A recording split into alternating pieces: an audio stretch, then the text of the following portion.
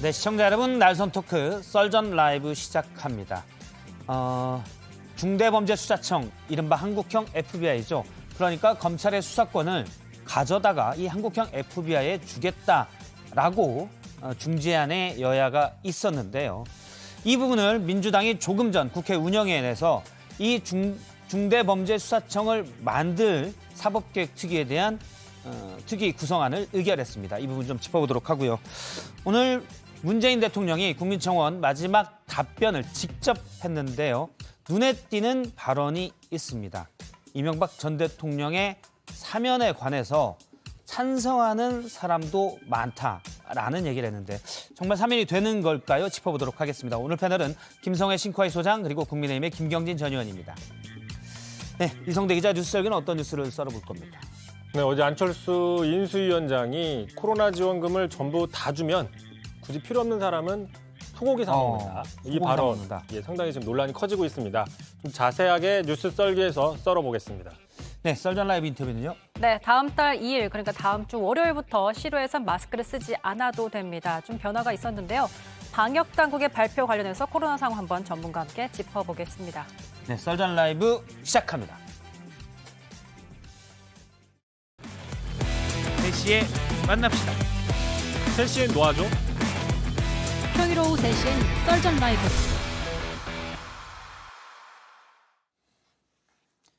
네, 썰전 라이브 오늘 패널은 김성회 신과의 소장 그리고 국민의힘의 김경진 전 의원입니다. 안녕하십니까? 안녕하세요. 저희가 오늘 주제는 일단 이 검수완박의 중수청 얘기를 좀 해보도록 하고요. 그다음에 관심이 큰 사면 얘기를 하겠습니다. 먼저 첫 주제 강재영 아나운서의 소개로 보겠습니다. 검수완박 논란, 중수청 설치를 둘러싼 갈등으로 확대되는 모양새입니다. 지난 22일에 여야가 합의한 박병석 국회의장의 중재안. 여기에는 1년 6개월 안에 중대범죄수사청, 이른바 한국형 FBI를 설립한다는 내용이 들어 있었습니다. 그런데 국회 본회의 상정안에 관련 내용이 다 빠져 있습니다. 국민의힘에선 법에 들어갈 내용이 아니라는 주장입니다. 합의문 자체에 1년 6개월 내에 중수청을 설치한다고만 돼 있지 그걸 조문화한다는 약속이 없습니다. 조문화 대상이 아닙니다. 그건 정치적인 선언입니다. 예. 여기에다 국민의힘은 입법 강행 자체가 합의 파기라며 합의안 원천 무효를 주장하고 있습니다. 민주당은 일단 부칙이라도 넣고 싶었다는 입장인데요. 부패범죄와 경제범죄도 1년 6개월 후에 경찰로 이관된다, 검찰로부터 분리된다라는 내용을 부칙에 꼭 넣어서 통과시키고 싶고 그렇게 했으면 좋겠다. 그런데 일각에선 중수청이 한동훈 법무부 장관 체제에서 운영되는 것을 우려해서 민주당이 관련 문구를 일부러 뺐을 가능성이 있다는 해석도 나왔습니다. 검수 덜박 지적이 일자 오늘 민주당은 중수청 입법을 위한 운영위를 열고 사개특위 구성안을 의결했습니다. 국민의힘이 강력하게 반발하고 있어 중수청 설치 논의가 제대로 이뤄질지는 미지수입니다. 예, 첫 주제는 사라진 중수청으로 얘기를 했습니다. 원래 중수청 논의 자체가 검찰의 수사권을 가지고 와서 수사만 전담으로 하는 중수청에서 하도록 하겠다 이 얘기인데요. 현재 법안에는 빠져 있습니다. 그래서 특히 민주당의 강성 지지층에서 이거는 검수 덜박 아니냐 자꾸 얘기가 나오니까 지금 민주당에서는 사개특위 구성안을 의결을 했는데요. 일단 법안에서 빠지게 된 거는 어떻게 됐다고 보십니까? 그러니까 이제 법안에서는 빠질 수밖에 없어요. 그러니까 중수청이란 만들어지지 않은 조직이 있는데 앞으로 만들어질 건데 만들어지고 나면 1년 반 있다가 수사권을 이전한다. 라는 가정을 전제로 한 법조문을 만들 수는 없거든요. 예. 그렇기 때문에 부칙에 넣고 싶은 뭐 그런 주장은 있었습니다만 저는 법리적으로는 불가능한 일이라고 생각을 했습니다. 그리고 어차피 앞으로 1년 반 동안 펼쳐질 여론에 따라서 만들어질 상황이기 때문에 부칙에 들어간지 안 들어간지는 중요하지 않다라고 생각하고요. 다만 지금 6,300명이나 되는 검찰의 수사관들이 계신데 이분들 사실 위에 이제 층층시야 검사님들이 많이 계셔서 거기 좀 많이 좀 답답하시거든요. 이분들 지금 숨구멍을 찾고 있는 중인데 그렇게 돼서 중수청을 만드는 것 자체가 검찰청 내에서도 검사님들은 모르겠습니다만 우리 수사관들에게는 새로운 출로가 열리는 길이기 때문에 인원이 당연히 돼야 되는 것이고 자연스럽게 앞으로 이루어질 것으로 보고 있습니다. 전문 수사 기관이 만들어질 수 있을 것이다 보고. 예. 근데 저는 민주당이 도대체 무슨 짓을 하는지 모르겠어요. 일단 중수청이 만들어진다. 그러니까 민주당의 보관대로 만든다면 그대로 지금 현재 수사경찰이 있잖아요. 중수청이 또 있을 거 아니에요. 공수처가 있잖아요. 그리고 요거에 관해서 최소한 압수수색영장이나 체포영장, 구속영장이 올라오면 요걸 중간에서 심리하고 법원에 청구해 줄 검사가 또 있을 거 아니에요. 필요하고요. 네. 그리고 또 공소 제기 및 공소 유지를 하는 검사가 또 있을 거 아니에요. 예. 도대체 몇 개가 생기는 거예요? 그다음에 일반 수사경찰, 그다음에 중수청, 그다음에 공수처 이 각각의 관계는 또 어떻게 되는 거고 그다음에 마지막으로 저는 이제 수사를 한 15년 정도 해본 사람이거든요. 예. 이게 수사의 단초라고 하는 것이 원래 조그만 조개구멍이나 이 갯벌의 낙지구멍도 작은 구멍에서부터 파고 들어가 보면 어마어마하게 큰 이게 문어나 낙지가 나오는 거거든요. 예. 보면 그러지 처음에 들어가는 입구부터 큰 건 없어요. 보면 근데 지금 현재 이 2년 전에 했던 검경 수사권 조정이 6대 큰 범죄만 검찰이 수사하고 나머지 쉽게 말해서 이제 보통의 평범한 범죄는 지금 경찰이 수사하도록 해놨잖아요. 예. 그러면 검찰이 이 작은 범죄에 대해서는 수사를 아예 수사권 자체가 없어요. 그러니까 큰 범죄를 수사하다가 작은 범죄가 발견되면 요리 보내야 되는 지금 이런 상황인데 문제는 이제 중수청이 생긴다 그러면 여전히 이제 뭐 6대 범죄가 됐든 3대 범죄는 이제 중수청 전속 권한으로 할 거 아니에요. 그러면 여기서 수사하다가 이리 보내고 여기서 또 수사하다가 이리 보내고 지금 이래야 되는 상황들이 서로 간에 간단하게 말씀하시면 저런 거군요. 원래 이제 딱 볼 때 견적이 딱 나오는 게 아니라 하다 보면 막 여러 가지가 나오는데 네. 수사 검사가 또는 수사관이 이렇게 하다가 이건 내 거 아닌데 이쪽으로. 네. 이건 내 거 아닌데 이쪽으로. 이렇게 복잡해진다는 말씀이시군요. 정신 없어지고 그래서 이게 이 각 기관들끼리도 어떻게 보면 이게 조율이 안 되는 문제가 있고 일단 기본적으로는 김경진 의원님은 중수청 자체에 대해서 반대를 하시는 거고요. 예. 의견은 어떠세요? 저는 뭐 이제 미국의 예를 좀 들어보고 싶은데요. 지금 말씀하신 대로 하면 미국은 정말 복잡해서 정신이 없는 나라가 되는 겁니다. 일단 지방마다 카운티마다 폴리스 디파트먼트 PD 이제 예. 소위 말하는 이제 영화에 맨날 나오는 LAPD 하는 그 PD들이 있고 그다음에 셰리프라고 해서 주 정부에서 관할하는 또 셰리프들이 있습니다. 그리고 이것이 연방 범죄의 성격을 띨 때 즉 살인이나 연쇄 살인의 경우에는 FBI 연방 수사국이 또 와서 이 사건들 분할하고 관리하지 않습니까? 그리고 서로의 기관에 대한 계속 감시를 하기 때문에 권력기관에서 가장 중요한 건 누가 잘 일을 뽑아내느냐, 누가 범인을 잘 잡느냐보다 피의자 인권을 잘 보호하느냐, 그리고 사실 국민들이 맞닥뜨릴 수 있는 최고의 폭력이 경찰과 검찰 아니겠습니까? 국가폭력을 일선에서 지휘하는 사람들인데 이 사람들이 행사하는 것을 어떻게 서로 견제할 수 있느냐를 놓고 봐야 된다라고 생각을 해서 지금까지 그냥 검찰이랑 경찰이랑 그냥 편하게 했던 것이 쪼개져서 서로 불편해지는 관계가 저는 권력기관에게 무조건 필요한 일이다. 예전에 1987 영화를 봐도 나오지만 검사가 이건 문제가 있다 생각해서 경찰의 가혹행위를 중단시키는 과정에서 민주화운동이 시작됐던 단초가 있는 것 아닙니까? 예. 원래는 권력기관이 이렇게 서로 간에 견제를 하는 게 당연하기 때문에 지금 그런 흐름에 봤을 때는 중수청이 맞다라고 생각하고 딱 하나만 더 얘기하면 역시나 문제는 이제 전문 수사의 인력인 검찰의 수사 인력인데요. 이걸 그냥 검찰청에 놔둔 상태로는 이 전반적인 조정이 될 수가 없습니다. 그래서 경찰 국가수사본부 어디로 갈지 모르지만 중앙중대범죄수사청 검찰이 역할을 잡는 가운데서 수사 인력에 대한 재배치가 잘 원활하게 이루어져야 할 것이고요. 특히나 뭐 걱정할 것도 없이 지금 법무부 장관도 검사 출신이고 대통령도 검사 출신이기 때문에 중대범죄수사청도 저는 검찰에 계시던 분이 많이 넘어올 거라고 생각을 하거든요. 그래서 수사엔 큰 문제가 없을 것이다. 이렇게 생각합니다. 일단 미국은 우리나라 국토의 한 30배 될 거예요, 보면. 예. 그러다 보니까 각각의 연방들이 이제 이게 있는데 연방의 주 스테이트만 해도 우리나라 몇 배씩 되잖아요, 보면. 네네. 그러니까 쉽게 말해서 주 검찰, 주 경찰이 의미가 있는 거예요. 근데 우리나라는 이게 전체 면적에서 미국 주의 몇 분의 1도 안 되는 조그마한 나라들인데 A 수사기관, B 수사기관, C 수사기관 이걸 또 이 영장을 지휘하는 검사 또 공소유지 검사 이런 식으로 나누는 게 도대체 우리나라 대한민국 시스템에 말이 되느냐 이제 이 어떤 논의가 하나 있을 수 있는 것 같고요.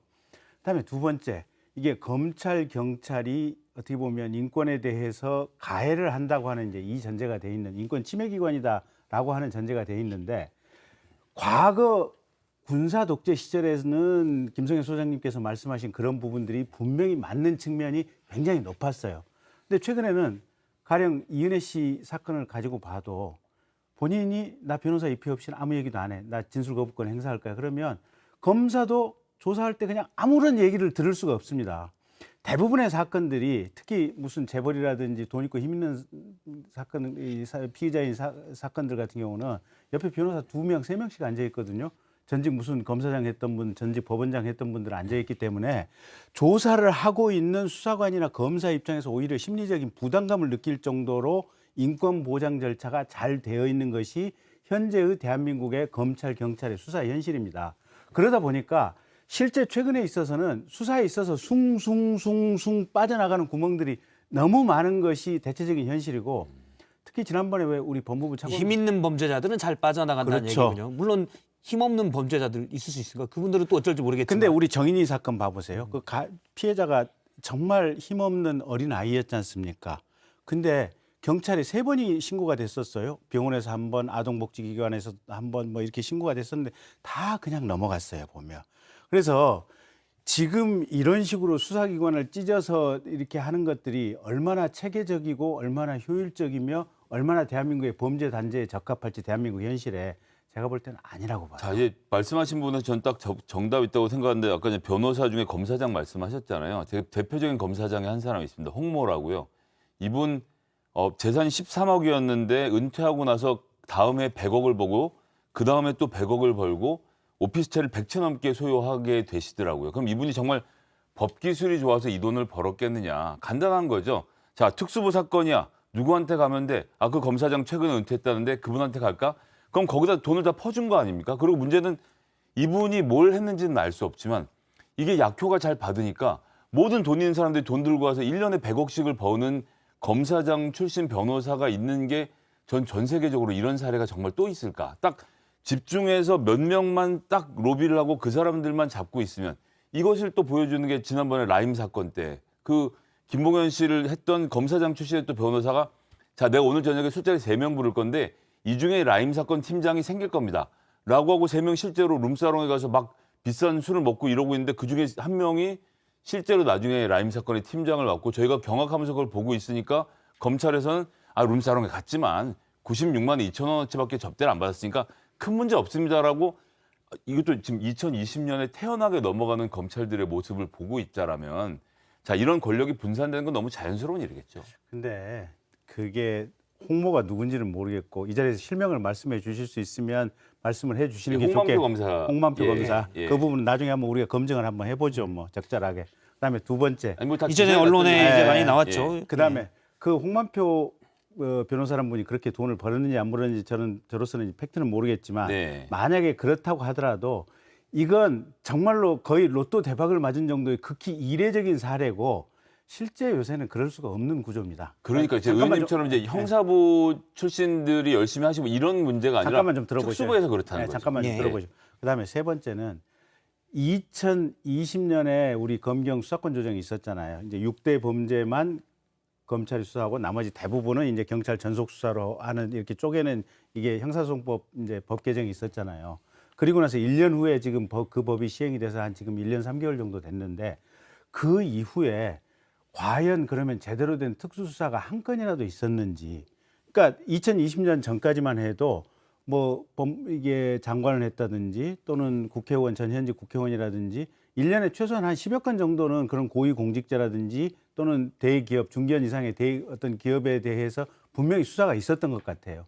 근데 요 법이 시행되고 난 2021년 이후부터는 제대로 된 사건 수사가 단 한 건이 없어요. 이건 뭐냐면 아까도 얘기했다시피 이게 작은 구멍은 경찰의 전속으로 놔두고 큰 구멍만 검찰이 발하라고 했는데 이게 큰 구멍만 가지고 사건이 잡히지가 않아요, 보면.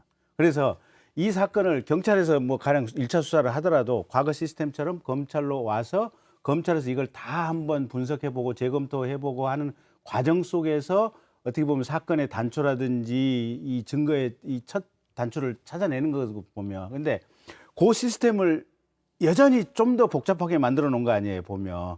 그러니까 경찰, 중수청, 그다음에 공수처 이렇게 되면 사건이 한 곳으로 안 모여지면 사건의 단초가 안 생기고, 사실은 아까 말씀드린 데 기관별로 무슨 견제와 균형 뭐 이거인데, 지금은 인권보장이 거의 완벽하게 체제가 올라와 있는 상태에서 수사에 어떻게 보면 단초가 없어지면서 실질적으로 거악에 대한 수사 기능만 없어지는 것이 현실이다. 그리고 그게 우리가 1년 3개월 동안의 개정법을 운영하면서 지켜본 지금 일흥의 결론이다. 이렇게 제가 말씀드릴게요. 예, 일단 양쪽에서는 검찰의 권한이 너무 막강해서 전관예우 또 제19 감사이기 때문에 수사기관을 분리해서 서로 견제하게끔만 해야 된다라는 주장과, 하지만 그러다 보면 수사에 구멍이 너무 많이 생겨서 힘 있는 범죄자들이 도망갈 수 있다라는 얘기했습니다.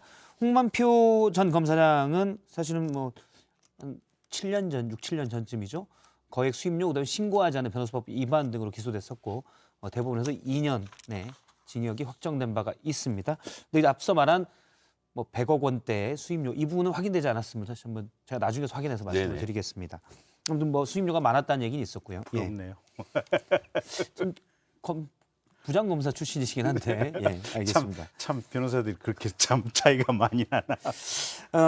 어쨌든 지금 사개특위를 구성해서 여기에 중수청 여야가 합의했던 이제 당시 20일 날 합의했던 국회의장의 중지안에 대해서 진행을 할 방침인데, 국민의힘에서는 상당히 부정적입니다. 권성동 원내대표 얘기를 들어보겠습니다. 민주당이 검소왕박 악법에 대한 국회의장의 중재안에 대해서 이미 반대했기에 사개특위 구성을 포함한 양당 합의는 원천무효입니다. 민주당이 일방적으로 운영위원회를 소집해 사개특위 구성 결의안을 처리한다면 국회법 위반이자 입법 독재 선포입니다. 예, 일단 국민의힘에서는 중재안에 이미 반대했기 때문에 당시에 있던 중수청 이런 부분도 무효다라고 합니다. 사실은 당시 중재안에도 중수청을 어떻게 설치할 것이니까 구체적으로 들어가 있지 않아서, 물론 사개특위에서 뭐 6개월 안에 구성하고 1년 안에 만들겠다라고 했지만 사실은 그때 법안을 만들어도 대통령이 거부권 행사하면 되기 때문에 큰 의미는 없을 것도 같아요. 그때도 이미. 그렇지는 않습니다. 그래요? 그러니까 이제 사개특위를 만들어서 여야가 논의를 해서 중대범죄수사청을 만든다라고 가정을 하고요. 예. 1년 동안의 유예 기간을 두면서 여러 가지 준비를 하는 과정에 법안은 6개월 동안 만들어 놨는데, 그 윤석열 당선자께서 대통령이 되고 난 다음에 거부권 행사를 하신다. 여야 간에 합의한 법안을. 그러면 이제 그것에 대한 여론의 부담을 짊어질 수밖에 없고요. 또 다른 측면으로 보면 이러나 저러나 그 중대범죄수사청 임명은 뭐 다른 사람이 합니까? 윤석열 대통령 본인이 하는 문제이기 때문에 뭐 저는 그거는 이제 약 열흘 뒤면 대통령이 예, 그렇죠. 예. 그 당선자께서 하실 것이기 때문에 그것도 별 문제가 없다라고 생각을 하고, 그리고 지금 조금 전에 이제 방송에 나왔습니다만 뭐 이제 한동훈 법무부 장관이 있고 윤석열 당선자가 있는 가운데 후보자가 있는 가운데 이런 중수청이 또 만들어지는 것에서 민주당이 부담을 느끼지 않느냐라고 하시지만 이건 짧게 5년을 보고 할 일이 아니고요. 예. 그래서 수사와 기소가 분리되고 이 문화가 자리 잡는 데는 또 10년, 20년이 걸리겠죠. 그런 시간 동안에 중간에 부작용들은 어쩔 수 없지만 큰 방향을 놓고 가는 데에 있어서 윤석열 당선자가 이 방향에 동의 안 하실 거라는 생각하지 않습니다. 본인도 뭐 직접 예전에 청문회 과정에서 그런 말씀하셨던 전례도 있고요. 예. 근데 형사재판하는 판사들은 제발 직접 수사했던 검사가 나와서 공소유지하라라고 하는 요청이 많거든요. 원래 수사검사가 따로 있고 네. 공소, 그러니까 재판장이 직접 들어가는 검사도 따로 따로 있죠. 있다 공소 보니까, 전담 검사가 예, 있죠. 그래서 이거는 아마 법원 쪽에서도 지금 실무하고는 안 맞는 어떤 주장이 아니냐, 뭐 그런 얘기들이 많이 나올 수 있을 것 같고, 저는 아까 얘기했듯이 만약에 중수청이 실제로 만들어지게 된다면 저는 이렇게 된다면 가정적으로 찬성할 수 있겠어요. 경찰에서 수사적 부분 떼어내고, 그다음에 검찰 수사관들하고, 검사도 사실은 그러면 영장 서명하는 거하고 공소유지하는 검사만 한다면 지금 검사들이 한 30%만 두면 되거든요. 그러면 현재 있는 검사 한 2,000명 되는 검사 중에 70%, 그러니까 천안 뭐 200~300명 하고, 그다음에 수사관 6,000명 하고, 그다음에 경찰의 수사적으로 떼어내가지고 차라리 중수청이 아니고 그냥 수사청으로 통일을 해버리는 거예요. 수사만 전담해서 하는. 그러니까 그 안에 수사 검사가 들어가 있는, 그러니까 이제 거기는 수사청이란 말씀이죠. 더 이상 수사 검사가 아니죠. 그러니까 지금 있을 때는 검사겠지만 그쪽 이제 수사청으로 가게 되면 거기는 수사가 아니죠. 검사가 아니고 과거에 검사였던 이제 수사관 일 따르면 사람들이 다 하나의 수사기구를 모아서 여기서 무슨 6대 범죄니 이런 거 가리지 말고 전면적으로 수사를 할 수 있는 이 수사청을 만들어 놓고 그럼 이 수사청은 누가 감시를 하느냐?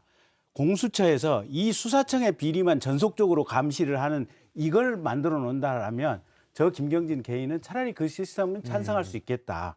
이건 수사기관이 따로 떨어져 있지 않고 그냥 하나로 통합돼 있고 예. 여기에 대해서 영장은 뭐 압수영장, 체포영장, 구속영장은 그나마 이쪽에서 검찰에서 어느 정도 이제 이 심사를 하게 되고 뭐 공소유지 이렇게 하게 된다면 수사의 효율성, 그다음에 어떤 인권보장적인 측면에서 감시, 감독 이런 것들이 비교적 체계적으로 되고 이 수사청의 수사관들의 비리는 공수처에서 감시를 하고 이 정도 한다면 되겠지만 경찰, 수사청, 공수처도 지금처럼 수없이 많은 범죄 비리 수사 이렇게 한다면 이건 대한민국이 저는 수사에 관해서는 거의 망조로 가는 길이다 이렇게 보고 있어요. 의원님 그렇게 정리하신 말씀에 대해서는 저는 뭐 디테일하게는 아니지만 큰 틀에서는 동의하고요. 그런 식으로 정리를 좀 할 필요는 있다라는 생각이 듭니다. 기본적으로 지금 여러 가지 문제 중에 가장 큰 문제 중에 하나는 검찰이 경찰의 상위 기관인 것처럼 인식하고 생각하고 있다는 거예요. 수사를 지휘하잖아요. 근데 외국도 수사는 다 상위하거든요. 왜냐하면 경찰 입장에서도 내 수사가 잘 돼서 영장이 나오고 기소가 돼서 그것이 나의 업적으로 남기를 바라고 그렇게 승진하길 바라고 반대 입장에서도 내가 기소한 사건이 제대로 유죄 판결을 받게 만들어내기 위해서 상호간에 협조를 한 거죠. 대화를 하고 협조를 하고 그 안에서 밀고 당기는 일들이 있을 텐데 이렇게 되는 관계가 만들어지는 것. 그래서 지금 말씀하신 대로 검사들 중에 일부가 옷을 벗고 수사청으로 옮겨서 이쪽의 권한을 강화해서 만들고 양쪽이 서로 대립하는 관계. 지금 당장은 아니지만 15년만 지나면 이 수사청에는 검사 출신의 수사관이 없어지고 이 또 검찰에는 수사를 해본 사람이 없어지는 서로 자연스럽게 분리가 되면서 서로에게 견제하고 협력하는 관계가 좀 만들어질 수 있다고 생각하거든요. 이제 문제는 미국의 이제 검사들이 요새 최근에 중앙일보하고 인터뷰를 굉장히 많이 하더만요. 예. 근데 이제 그 인터뷰 기사들을 읽어보면 결국은 직접 수사를 한 검사만이 어떤 의미에서 이 증거가 어떤 사건에 있어서 예. 증거로서 의미와 가치를 가지는가 이게 직접 해보지 않으면 정확하게 파악이 안 되는 경우가 많아요, 보면. 그래서 결국은 수사한 검사들이 항시 법정에 나오라고 하는 것이 판사들의 요구예요. 그러니까 그게 이 수사기구에 어떻게 보면 고문, 가혹행위, 독직폭행 이런 것들이 만연하는 시절에는 지금 김성현 소장님처럼 이게 아예 분리해놓고 이걸 감시 견제하는 것이 의미가 있는 어떤 시스템 운영이겠지만 아까 얘기했다시피 지금 대한민국은 한 10년 전부터 거의 완벽하게 수사 현장에서 피의자, 범죄인, 가해자의 인권 보장이 과도하게 느껴질 정도로 보호되는 세상이에요. 그러니까 정경심 교수 집에 압수수색 할 때 변호사들이 아마 2명인가 3명인가 참여해가지고 있었던 거 아니겠습니까? 그리고 중간에 뭐 짜장면 먹고 하자 이래서 짜장면까지 들어갔던 게 지금 대한민국의 현재 수사 상황이에요. 근데 이런 인권 보장이 이렇게 철저하고 잘 되는 상황에서 이 두 개를 떼어놓고 굳이 감시에만 초점이 맞춰지는 이 제도 설계가 과연 맞느냐. 수사를 해봤던 사람의 입장에서는 지금 민주당이나 김성애 소장님이 하시는 얘기가 탁상 공론이라는 얘기예요. 근데 이제 그 탁상 공론을 하고 놓은 곳이 또 한 군데 있는데 워싱턴 DC의 서벌번이라고 하는 교회 지역에 있는 몽고메리 카운티에 있는 검사실을 직접 기자가 방문해서 취재를 해보니까 거기 검사가 70명에 수사관이 5명밖에 없었다는 거죠. 그리고 이제 검사들하고 어떻게 수사를 하고 하느냐라는 이 과정을 취재해보니 검사는 기본적으로 피의자가 직접 만나는 걸 하지 않는다는 겁니다. 경찰관이 수사를 하고 그 기록만을 보고 기소 여부를 판단한다는 거죠. 그래서 그렇게 서로 권한을 나눠서 오히려 내가 그걸 보면 그러니까 피의자를 직접 접촉하면 거기다 욕심이 생기고 객관적으로 사건을 볼 수 없기 때문에 한 발 떨어져서 경찰이 해온 수사를 서류를 중심으로 놓고 사건을 보고 있다. 이게 뭐 물론 이제 미국이라는 나라가 워낙 넓기 때문에 여러 지역마다 다르겠지만 전 세계적으로 봐도 검사가 절제 수사를 안 한다 이런 건 없지만 우리나라처럼 검사 한 사람의 수사관 서너 명씩 붙여서 자 우린 다 수사하는 기관이다. 이렇게 운영하고 있는 나라는 없기 때문에 이 과도함에 대해서는 좀 줄이는 것이 꼭 필요한데 의원님께서도 이제 수사를 직접 해보신 경험이 있기 때문에 이게 물론 더 잘하실 수 있겠지만 그런 힘들과 권한이 다른 곳으로 옮겨가서 정착되게 하는 것도 저는 되게 필요한 일인 것 같습니다.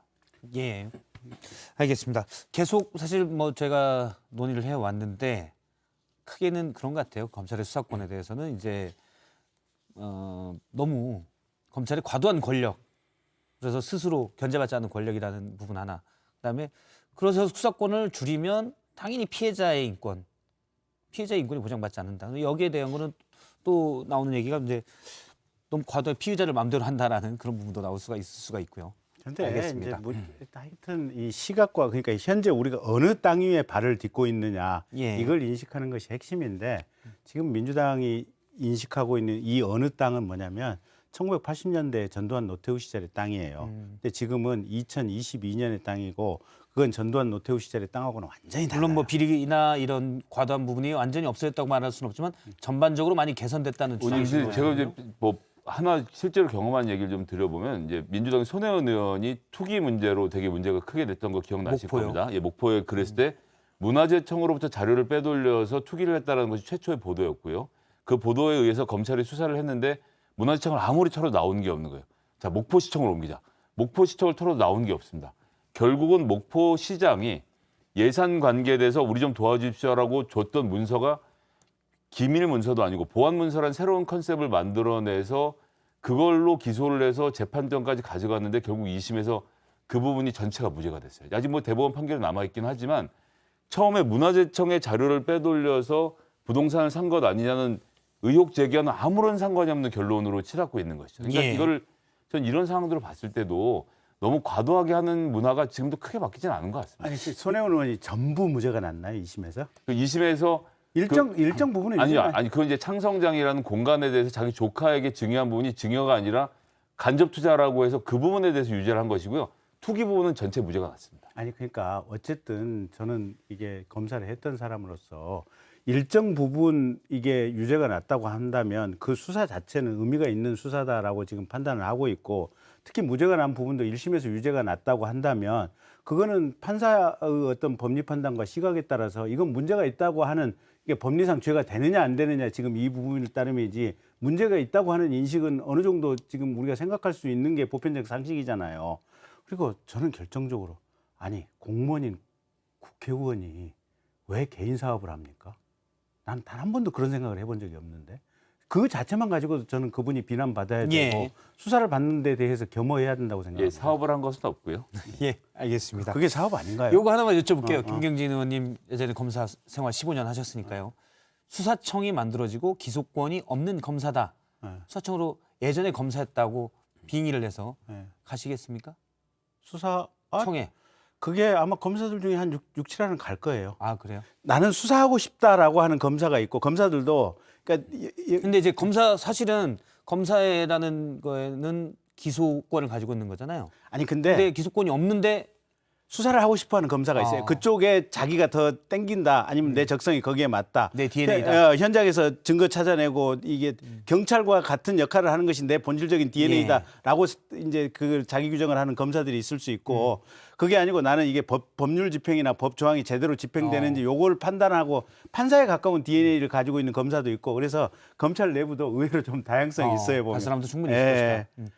검사라는 타이틀을 버리고도 그렇죠. 알겠습니다. 어쨌든 이 중수청 얘기가 사라진 부분의 하나는 한동훈 법무부 장관 후보자가 지명이 됐기 때문이 아니냐라는 목소리도 있습니다. 조홍천 의원의 얘기인데요. 잠깐 들어보겠습니다. 칼자루를 우리가 쥐고 있는 게 아니다. 우린 칼끝이다 이제는. 근데 그거 자꾸 만들자고 독촉하는 게 이게 뭐냐. 예. 그러니까 조금 비틀어가지고 말씀드리면 이거 없어지지 않습니다. 저 윤석열 혹은 저 지금 국힘 쪽에서 여러 가지 패를 가지고 검찰 특수수사로 하는 것이 나을까? 혹은 중수청을 빨리 만들어가지고 한 게 나을까? 어느 것이 나을까? 초이스 중에 하나죠. 만약에 원래 지난해 봄에 발의됐던 중수청 설치에 관한 법은 법무부 장관 산하에 있는 거였잖아요.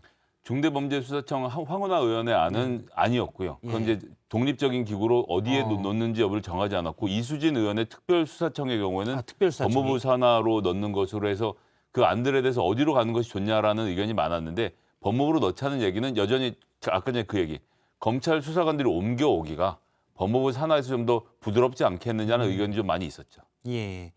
어쨌든 이것만은 분명한 것 같아요. 저게 만들어지는 기간 그다음에 우리 지금 공수처 만들어지고 나서도 지금 아무것도 못하고 있잖아요. 보면 이게 긴 시간 문화와 트레이닝이 필요하거든요. 그리고 내부적인 어떤 업무 처리에 관한 프로토콜이 정립이 돼야 되고 저거 중수청이 만들어져도 제가 볼 때는 한 3년에서 5년 동안은 김성현 소장님 말씀대로 사실상 혼란기예요. 아무것도 안 돼요. 그러면 요 기간 동안에 지금 현재 사건이 걸려 있는 이재명 지사의 대장동, 백현동, 성남FC 이런 것들은 실질적으로 수사와 관련돼서 지금처럼 검찰처럼 짱짱하게 수사하고 있는 기구들이 공중 증발해 버리면서 그 한 5년에서 몇 년 동안은 그냥 사건들이 다 실질적으로 증발하고 있는 해버릴 위험성이 분명히 있어요. 아유, 의원님, 그래서 뭐 제가 있다고 생각하지 않지만 대장동 건을 앞으로 1년 6개월 안에 검찰이 못 만들어내면 못 만들어내는 거죠. 그걸 5년을 말씀하십니까? 아니 근데 나오려면 다 나오겠죠. 우리 전주의 국회의원 누굽니까 그 이스타나 항공 이상직 의원이요? 그 네. 수사가 얼마나 갔었죠? 그건 제가 잘 모르겠습니다. 수사들 요새 특히 저 문재인 정부 들어와 가지고 이렇게 저렇게 수사 묶어놓고 특히 아까도 눈잡아 지금 뭐 이제 윤석열 당선자가 대통령이 되시니까요. 뭐 빨리빨리 처리를 하실 수 있겠죠. 뭐. 저는 뭐 예. 크게 근데 큰 문제가 될 것 같지는 않습니다. 어쨌든 현재의 문화 자체가 굉장히 절차적인 어떤 정당성을 거의 뭐 범죄인 보호를 위해서 이게 뭐 범죄인 보호 지상주의처럼 이 절차적인 어떤 정당성이 중요시되는 이 수사 절차가 현재의 문화다 보니까 수사 한 번 시작하면 그냥 뭐 2년 3년씩 금방 갑니다. 예, 알겠습니다. 오늘 이제 중수청 얘기는 여기까지 두 분의 얘기를 들었고요. 다음은 오늘 문재인 대통령이 국민청원에 내놓은 답입니다. 문의 마지막 답변 보겠습니다. 임기가 이제 열흘 정도 남았는데요. 마지막으로 국민청원에 문 대통령이 직접 답변을 했습니다.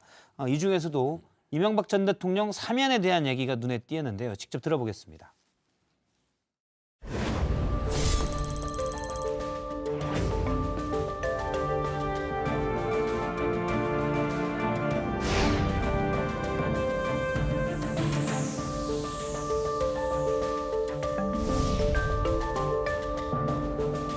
마지막 답변만큼은 제가 직접 하기로 했습니다. 이명박 전 대통령의 사면을 반대하는 청원이 있었습니다. 아직은 원론적으로 답할 수밖에 없겠습니다. 청원인과 같은 의견을 가진 국민들이 많습니다.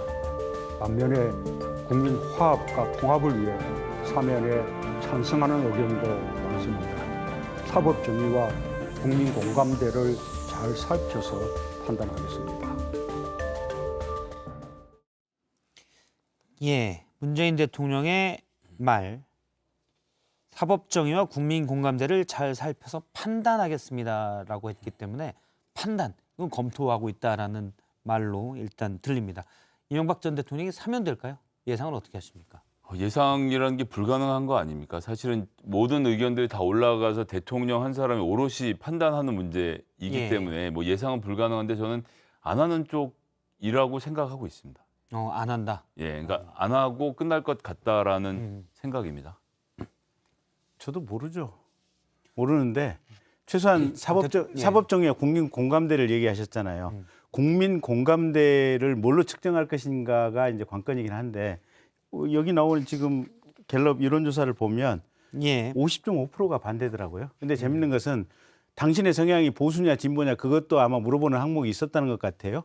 근데 보수 진보를 가리지 않고 예. 50.5% 반대가 있었다는 것 같아요. 그러면 진영에 상관없이 성향에 상관없이 국민들의 50%가 반대한다고 하는 것은 어떤 국민들의 생각이면 분명한 것 같아요. 지금 보고 있는 조사는 한국갤럽이 약 한 달 전에 조사한 내용이거든요. 당시에 이제 이명박 전 대통령에 대한 사면이 이슈가 됐을 때 얘기가 됐던 건데 반대가 50%, 찬성이 39%입니다. 응답률이 13.5% 꽤 높은 응답률을 보였던 조사인데 어쨌든 한 달 전 의견은 반대가 훨씬 높다는 거고요. 네. 오늘 한 매체가 또 보도한 여론조사도 있는데 여기에서도 반대 의견이 좀 높은 걸로 나오긴 했습니다. 일단 예측을 떠나서 두 분은 사면에 대해서 어떻게 생각하십니까?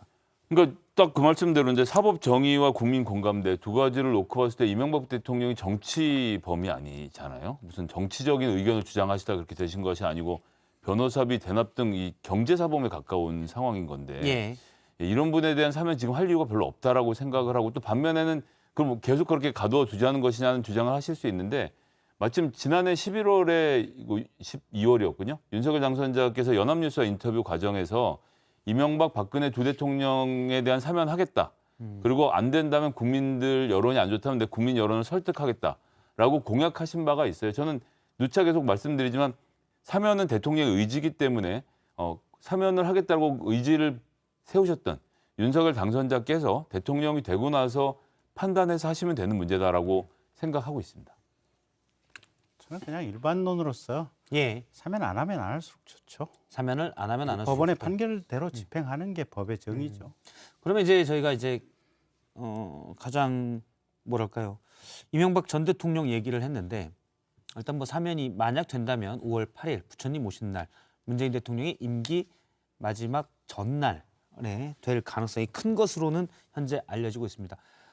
사면에 이전 대통령의 사면에 반대하셨는데 김경수 지사 등은 어떻게 보십니까? 이제 그 문제에 대해서 마찬가지인 겁니다. 제가 뭐 판단할 수 있는 기준과 근거가 갖고 있는 것이 아니고 대통령의 예. 고유 권한이기 때문에 거기에 대해서 뭐 전적으로 대통령께 맡겨서 해야 되지 제가 뭐 그거와 관련해서 이렇게 하는 게 좋겠다 저렇게 하는 게 좋겠다는 의견을 딱히 세울 생각은 없습니다. 사람에 따른 게 아니고 사면 전반적으로 반대라는 말씀이시고요. 마찬가지죠, 김경진 의원님. 김경수, 정경심 교수 얘기가 자꾸 나오는데요. 오늘 김근식 교수가 말 잘했대요. 잡범이지 무슨 정치범도 아니고 무슨 양심수도 아니고 저는 어쨌든 일반론으로서 사면 찬성하지 않습니다. 그리고 이게 무슨 전직 대통령이었다거나 또는 전직 대통령과 가까웠다거나 또는 전직이 힘이 있는 사람이었다거나 저런 분들만 사면이 된다면 글쎄 일반 국민들은 어떤 느낌일까요? 예, 오늘 민주당에서는 특히 눈길을 끄는 게 말씀하신 대로 바로 정경심 전 동양대 교수 사면 얘기가 많이 나왔습니다. 서른 의원과 안민석 의원의 얘기인데요. 오늘과 어제 있었던 얘기군요. 차례로 들어보겠습니다. 정경심 여사나 김경수 지사 이런 분에 대해서는 굉장히 억울해하는 사람들이 많습니다. 그래서 어떻게든 이분들은 빨리 나와야 된다. 이제 물러나시기 전에 이걸 좀 정리하고 가시는 게 좋지 않겠나. 아니 박근혜 전 대통령도 그렇게 국정농단을 저지르고서 뭐 한 20년 가까운 형을 선고받았는데도 건강이 악화됐다고 하니까 사면해준 거 아니겠습니까? 또 워낙 정 교수가 건강이 안 좋았고 또 최근에 더 안 좋아졌다는 소식을 제가 조국 교수한테 들으니까 같은 친구로서 제가 뭐 욕을 먹든 말든 이건 인도주의적인 차원에서 이건 봐야 된다. 예, 지금 안민석 의원의 말에 따르면 아프니까 사면이다. 이것도 통할 수도 있는 것 같고요. 물론 박 전 대통령 사례가 있었기 때문에 이렇게 얘기를 하는 것 같은데 어떻게 보시는지요? 전 기준이 동의를 해야 한다고 생각합니다. 물론 이제 이분들이 유명한 분들이기 때문에 뭐 김경수 지사, 정경심 교수에 대한 이야기를 우리가 하고 있지만 어떤 기준으로 사면할 것인지를 대통령이 정하시고 그 기준 범위 안에 들어온 사람들은 같이 사면을 하고 들어오지 않는 사람들은 같이 사면이 안 되는 거지. 뭐 우리가 아는 사람이라서 누구랑 가까운 사람이라서 사면 여부가 정해지는 것은 문재인 대통령의 통치 스타일상 그렇게 하실 것 같지는 않습니다. 지금 말씀 듣고 보니 그렇네요. 우리가 어떤 TV로 많이 보는 유명인들, 유명 정치인 이런 분들은 뭐 이렇게 예를 들어 영어범위 돼 있다면 아이고 힘들겠네. 감정이입이 되잖아요. 근데 잘 모르는 어디 지방에 뭐 주가 조작범이 누가 있다. 지금 3년 살고 있다. 아파하지 않으니까 사면 대상도 안 될 거고. 예. 그런 부분이 좀 있는 것 같네요. 저도 김성현 소장님 말씀에 100% 동감합니다. 따로 드릴 말씀 없습니다. 예, 알겠습니다. 두 분 다 사면에는 특정인을 얘기하는 건 아니고 사면 전체에 반대하는 걸로 얘기를 듣도록 하겠습니다. 네, 그러면 오늘 정치권에 쏟아진 다음 말들을 좀 강지영 아나운서가 썰픽으로 정리했습니다. 네, 썰픽입니다. 3위부터 보죠. 치맥 회동. 김동연 민주당 경기지사 후보가 경선에서 맞붙었던 안민석 조정식 의원, 염태영 전 수원 특례시장과 치맥 회동을 했습니다. 원팀 정신을 강조했는데요. 김은혜 국민의힘 후보와는 날선 말을 주고받았습니다. 두 사람 서로를 향해서 윤석열 아바타 실패한 부동산 정책의 경제사령탑이라며 쏘아붙였습니다. 신경전만큼이나 핫한 경기도지사 선거, 표심은 누구에게로 향하고 있을진 지켜보죠. 이 보시죠. 왜 이재명 출마만 논란? 송영길 전 민주당 대표가 서울시장 후보가 될 경우에 공석이 되는 인천 계양을에 이재명 상임고문 출마설이 나왔습니다. 성남에 인천까지 나오자 실랑이가 벌어졌는데요. 이준석 국민의힘 대표 이렇게 얘기했습니다. 성남시장이고 그래도 순회동에서 살고 거기서 살면서 경기도 이사까지 이제 역임했는데 네. 뭐 계양 이런 데 간다 그러면은 뭐 그거는 이재명 후보가 속된 말로 좀 분당에 출마 용기가 없는 거 아니냐. 제가 이렇게 도발하겠습니다. 여기에 대해 송 전 대표, 왜 유독 이 고문 출마만 논란이 되냐 이렇게 받아쳤습니다. 우리 안철수 후보도 출마 설이 나오고 있는 거 아니겠습니까? 예. 또 유승민 후보도 대선 후보로 나오는데 출마를 했던 거 아닙니까? 네. 홍준표 후보도 출마한 거 아닙니까? 네. 왜 이재명 후보 출마만 논란이 돼야 되는 거에 대해서도 의문입니다. 자신의 출마를 둘러싼 말들에 당사자인 이재명 상임 고문은 입장을 밝히지 않고 있습니다. 기다려보죠. 마지막으로 1위입니다. 나도 배지 떼고 조사받았다. 윤희숙 전 국민의힘 의원이 아빠 찬스 의혹에 휩싸인 정호영 보건복지부 장관 후보자와 김인철 교육부 장관 후보자 등을 향해서 한마디 했습니다. 지금 이 정도 무리를 일으켰으면 저는 사실은 전체 이 지도층으로서 조금 더 과하게 책임지는 모습이 어떨까 하는 생각이 들어요. 저도 배지 떼고 조사 받았어요, 경찰한테. 예. 개인적으로 억울할 수는 있지만 잘못이 있는지 없는지는 이후에 스스로 밝히면 된다며 국민을 피곤하게 만들지 말고 물러나야 한다고 했습니다. 지난해 부친의 땅 투기 의혹으로 의원직을 사퇴했던 윤 전 의원의 쓴소리, 후보자들은 어떻게 받아들이고 있을까요? 여러분이 빅한 오늘의 썰 무엇인가요? 네, 강정 아나운서가 3가지 소식을 소개를 했는데요. 하나씩 골라서 좀 더 말을 더해보도록 하겠습니다. 김성애 소장님이 하나 고르시면. 예전 치맥 회동. 예. 김동연 후보가 사실 되게 어려운 선택을 초반에 했어요. 전 거기서 깜짝 놀랐습니다. 사실 관료 출신들 당에 들어오는 거 저는 좀 부정적으로 바라보는데 이분이 처음 들어올 땐 여론조사 얘기를 쭈뼛쭈뼛 하다가 됐고 뭐 뭐든 정해지는 대로 하겠습니다라고 해서 룰을 그냥 놔뒀단 말이에요. 그리고 실제 룰 세팅에서 제가 깜짝 놀랐던 건 이 결승전까지 포함해서 결선까지 받는다는 건 결국 그 당시 구도로 보면 민주당 기존 후보 중에서 한 사람이 대표로 뽑히고 1대1로 붙는 그림까지를 하면 굉장히 위험한 거였거든요. 근데 여기까지 받았다는 걸 보고 승부수를 던졌다. 근데 그게 맞는 것은요. 거기서 그 승부수를 안 던지면 권리당원들이 나중에라도 김동연 후보한테 마음을 안 줍니다. 근데 권리당원이 제 편이 돼주실 거라고 믿습니다라고 하고 몸을 던지니까 권리당원들이 과반수를 넘게 지지를 해서 결국은 한 번에 판을 정리하지 않았습니까? 그러고 나서 자연스럽게 이제 세 분의 후보들이 같이 해서 이제 원팀 회동을 했다는 자체는 경기도 선거 전 참 쉽지 않다고 봤는데 김동연 후보의 선출 과정이 되게 좋았고 우리 김은혜 후보님께 딱 한 말씀만 드리면 대장동이라든지 하여튼 본인의 저격수 이미지를 강화할 수 있는 얘기로 지금 하실 때는 절대 아니다. 상대방에 대한 네거티브보다는 내가 윤석열 당선자의 최측근으로서 경기도에 정말 많은 일을 할 수 있다라는 좀 긍정적인 자세로 가셨으면 좋겠다 말씀드리고 싶어요. 그래서 김성애 소장님의 그와 같은 생각을 미리 알아차리시고 김은혜 후보가 얼마 전에 여기저기 지역 사업과 필요한 것들을 다 정리해가지고 인수위로 가지고 오시던데요. 그래서 아마 안철수 위원장께 꽤나 이런저런 말씀을 많이 하시는 것 같았어요 보면. 그래서 힘 있는 김은혜가 경기도를 발전시키겠습니다. 이렇게 화면에서까지 얘기하시는 것 같은데요. 힘 있는 그 얘기는 많이 하는 것 같아요. 이른바 윤핵관인데 그래서 경기도에 많이 도움을 줄 수 있다라는 얘기는 하고 있는데요. 경기도에 대한 민심을 잠깐 보도록 하겠습니다. 여론조사를 보면 아시아경제가 리얼미터에 의뢰한 조사 박빙입니다. 27일과 28일에 조사한 건데요. 경기도민을 대상으로 조사한 부분인데 김동연 후보와 김은혜 후보가 박빙인 조사가 있고요. 앞서 이제 뉴델리가 피플 네트워크 리서치에 의뢰한 조사가 있는데요. 이 부분에서는 이제 김동연 후보가 꽤 앞서 있습니다. 이거는 23, 4일에 조사한 건데 조사 기관이 다르기 때문에 또 숫자도 조사 대상도 약간 다릅니다. 근데 박빙이거나 뭐 조금 차이 나거나. 전 이제 이 점에서는 뭐라고 말씀을 드려야 될까? 유승민 후보였으면 민주당 진짜 힘들었을 겁니다. 중도층에서 가지는 유승민이라는 캐릭터의 소구력 대단했는데 김동연하고 굉장히 많이 부딪히잖아요. 겹치죠. 겹치는 부분이 있었는데 뭐 저희들로서는 하여튼 좀 유리해지는 김은혜 후보님이 이렇게 올라오면서 중도층들에 대한 걱정을 좀 한시름 덜어놓고 시작하는 측면에서 좀 결과가 좋았다가 이번 주 민주당 지금 국회 때문에 시끄러웠잖아요. 그래서 좀 지지율이 좀 따라잡힌 측면이 있는데 선거는 6월 1일에 하니까요. 그 동안의 기간 동안 다음 이슈로 저는 넘어가게 될 거라고 보고 김동연 후보가 그런 점에서 조금 유리한 측면이 있어 보입니다.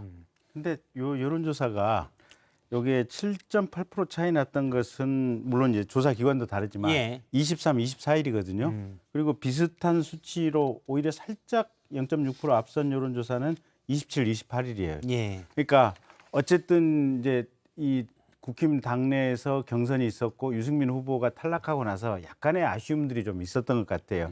그러면서 김은혜 후보 지지가 초창기에는 처음엔 좀 낮게 나오다가 빠르게 이걸 회복해서 지금 치열한 접전을 펼치고 있는 것이 아니냐 이렇게 해석할 수도 있어서 저는 김은혜 후보가 어쨌든 이게 경기 발전을 시킬 주역으로서 당선 가능성이 높지 않나 그렇게 보고 딱 한 말씀만 못하면 PNR 할 때는 김동연 후보가 후보로 확정되기 전이었습니다. 그렇군요. 알겠습니다. 지금 뭐 경기도 보고 당연히 뭐 김경진 전 의원님 입장에서는 여기서 갑자기 김동연 후보가 유리하지 않겠습니까라고 말할 수는 없지 않습니까? 아니, 저는 사실 그대로를 얘기해요. 제가 또 이제 방송에 안 나오는 장소에서 들어볼 기회가 있으면 또 제가 이런 데 고자질하고는 하는데 거긴 아직 못 들었어요. 알겠습니다. 김경진 의원님도 하나 고르시면 예. 이재명 출마만 논란 이걸 한번 골라볼까요? 예. 저도 궁금하긴 해요. 이재명 후보께서 과연 이번 이제 재보궐선거에 출마를 하실 건지 말 건지, 그래서 또 어떤 결정을 내릴 것인지. 근데 출마를 한다면 분당으로 출마를 할 것인지 아니면 인천 계양으로 출마를 할 것인지. 예. 근데 인천 계양 같은 경우는 사실은 그쪽에서 송영길 지금 뭐 서울시장 예비 후보가 뭐 여러 차례 이긴 전력이 있기 때문에 계양으로 출마하면 거의 국회의원 선거는 그냥 이길 가능성이 매우 높아 보이기는 한 것 같고, 분당으로 출마했을 때는 어떻게 될지 더더욱 지금 궁금해지는 상황이어서 출마 여부, 출마한다면 어느 지역으로 출마할 것인지 이게 사실은 초미의 관심사긴 합니다. 예. 분당갑 같은 경우는 김병관 지역위원장이 있죠. 그리고 출마 의지가 있는 것으로 알고 있고요. 이번 들어오면 이제 국회의원들 평균 재산이 갑자기 10억씩 올라가는 예, 뭐 특히나 IT 업계에서 오랜 기간 동안 해왔던 또 전설적인 인물이지 않습니까? 그런데 이재명 후보가 뭐 전 출마 여부에 대해서 전혀 아는 바는 없습니다만 상임고문이 현역 지원장이 있는 곳을 현역 지원장의 양해를 받고 출마를 하는 그림은 사실 조금 그리기 어려운 측면도 있습니다. 그래서 저는 이재명 상임고문이 출마하려고 여기저기 알아보는 것 자체가 사실이 아니고 뭐 계양 같은 경우도 뭐 그런 얘기가 있긴 합니다만 이재명 상임고문 측으로서부터는 어떤 움직임도 지금 없는 상태이기 때문에 이 문제는 사실 당이 전략적으로 판단해야 될 문제라고 생각을 하고 이번 선거에서 이재명이랑 카드를 쓸 것이냐 말 것이냐가 중요한 변수로 작동을 할 거라고 보고요. 그 부분은 어떻게 보세요? 그 송영길 이제 전 대표 얘기는 제도권으로 들어야 된다. 그래서 이번 6월에 열리는 지방선거와 함께 열리는 보궐선거에 들어오는 게 바람직하다. 그러니까 국회의원 배지를 다는 게 낫다라는 거잖아요. 그러니까 그 부분은 어떻게 보세요? 저는 이제 개인적으로 저한테 말씀을 여쭤보신다면 저는 이게 한 번 진 사람, 아깝게 진 사람이 전 국민한테 지금 채권을 한 장씩 나눠준 거거든요. 자, 여러분들 저한테 미안하시죠라고 나눠줬는데 그걸 지금 이번 지방선거에서 회수를 한다? 조금 아깝습니다. 예. 좀 더 기다리는 게 낫다. 조금 더 기다리는 게 낫고 그 문재인 후보 같은 경우 2012년에 낙선하고 나서 2015년에 당대표로 복귀했는데도 당내에서 얼마나 찬반 세력들이 많이 다퉜습니까? 되게 힘든 과정을 겪었거든요. 그래서 지금 등장하시면 앞으로 4년 동안 계속 수위를 차지하고 있어야 되는데 예, 지금 당장은 포인트가 아니지 않나 싶은 생각. 저는 근데 제가 좀 고전적인 방식으로 생각한다는 얘기를 요즘 많이 듣고 있어서 하여튼 제 생각은 그렇습니다.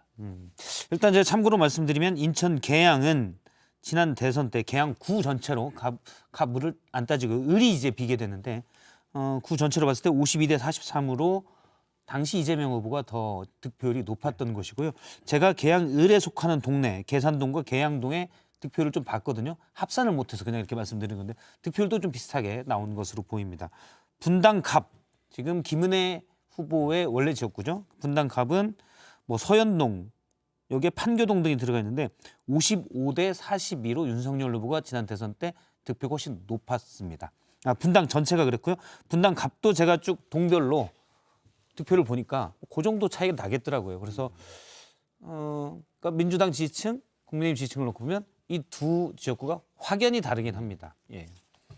그래서 어쨌든 이 이재명이라고 하는 개인이 어떻게 보면 어떠한 정치적인 선택을 할 것인가 이게 참 다들 관심 있게 지금 지켜봐야 될 대목인 것 같아요.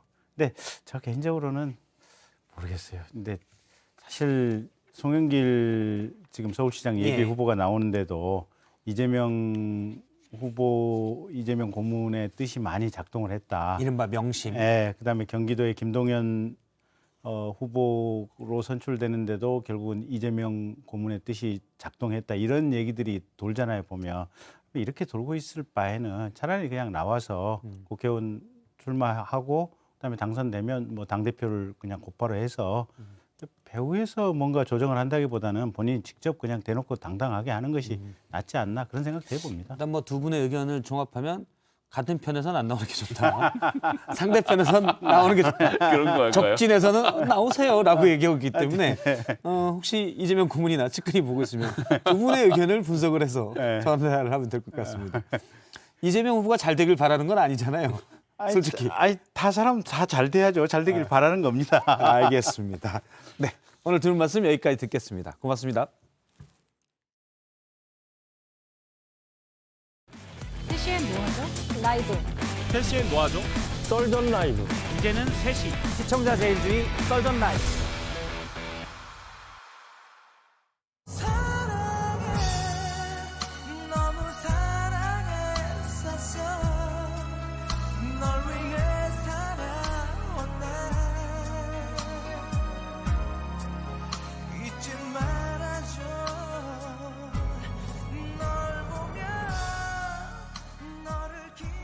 네, 벌써 4월의 마지막 금요일입니다. 오후 4시에는 이성대 뉴스 썰기입니다. 가보죠.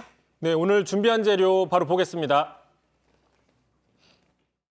아주 어려운 사람부터 먼저 도와줄 생각은 하지 않고 모든 사람에게 똑같은 돈을 지급하는 방식으로 어느 정도 형편이 괜찮으신 분은 돈을 받으면 소고기를 사서 드시고 먹어. 여기 송아지 고기 아주 연하고 좋아. 게다가 이거 한우야. 자, 소고기 사 먹으니 차등 지급은 안 되냐? 자, 오늘 뉴스 썰기는 스테이크 써는 장면으로 한번 시작을 해봤습니다. 네, 소고기를 보니까 좀 배고프기도 하고 저기압일 텐 고기 앞으로 가야죠. 자, 어제 인수위가 코로나 지원 대책 발표한 걸 두고 논란이 커지고 있습니다. 일단 가장 논란인 게 공약을 후퇴한 게 아니냐 이런 얘기 나오고 있죠. 일단 그럼 어떤 공약을 했는지 봐야 되겠죠. 지난 2월 말이었습니다. 대선 막판이었죠. 당시 윤석열 후보 이렇게 얘기를 했습니다. 제가 대통령이 된다면 즉각적으로 기존 정부안과 별도로 600만 원을 추가해서 최대 1,000만 원을 지원하겠다라고 얘기를 했어요. 자, 무슨 얘기냐면요. 당시에 추경에서 통과가 돼서 소상공인 자영업자들 약 300만 원 정도를 지원하는 게 나왔는데 적다. 너무 적다. 내가 대통령이 되면 여기에 600을 얹어서 900만 원, 최대 1,000만 원까지 주겠다. 이렇게 얘기를 한 겁니다. 자, 기억이 납니다. 선거 막판에 추경 통과 등으로 이재명 후보와 격차가 줄자 이제 특단의 대책을 내놨던 평가도 있었던 그런 공약이었습니다. 근데 이게 어떻게 변했는지 좀 짚어주시죠. 네, 어제 이제 안철수 위원장이 발표를 했었죠. 쉽게 얘기하면 이겁니다. 최대 600만 원, 그다음에 손실보상은 차등 지급을 하겠다 이런 얘기인데요. 자, 애초에는 아까 보신 것처럼 기본 600만 원을 주겠다는 거였죠. 기본적으로. 하지만 이번에는 최대 600만 원이다. 자, 그러니까 이제 600만 원을 못 받는 사람들도 많이 있다라는 얘기고 또 당시에는 기본, 그러니까 일괄적으로 600씩 주겠다라고 해석이 됐는데 이번에는 기본이 아니라 차등으로 나눠서 주겠다. 자, 밑에 지난번 2월 달 공약과 비교를 하면은 상당히 그 공약이 후퇴했다. 이렇게 보일 수 있는 부분이 있죠. 자, 문제는 왜 그렇다고 하면 일괄 지급이 아니라 차등 지급을 하게 됐느냐? 그 이유도 어제 안철수 위원장이 밝혔습니다. 다시 한번 볼 텐데요. 자, 어려운 사람부터 돕는 게 아니라 모두에게 빈부 모두에게 똑같이 주는 현행 방식은 비효율적이다. 따라서 형편이 좋은 사람은 이 돈을 받아서 소고기를 사 먹게 된다. 이렇게 얘기를 한 거죠. 자, 항상 사실 뭐 지원금 같은 거라든지 급식이라든지 보편 지급이 맞냐, 선별 지급이 맞냐, 이건 뭐 논쟁 때마다 나왔던 얘기인 것 같습니다. 자, 그걸 떠나서 어쨌든 일단 돈을 받았다면, 재난지원금 받았다면 그걸 어디에 쓰는지는 사실 개인의 자유인 부분이죠. 그렇습니다. 아무리 형편이 어렵다고 해서 자, 소고기도 사 먹을 수 없을 정도인 건가? 자, 어려우면 소고기를 못 사 먹느냐? 그건 아니잖아요. 사 먹을 수 있는 거죠. 네. 예. 게다가 또 이제 뭐 마치 이런 겁니다. 소고기 사 먹는 거를 어떤 고급 외제차를 사는 정도의 과소비 불필요한 소비로 인식하는 어떤 전제가 깔린 게 아니냐.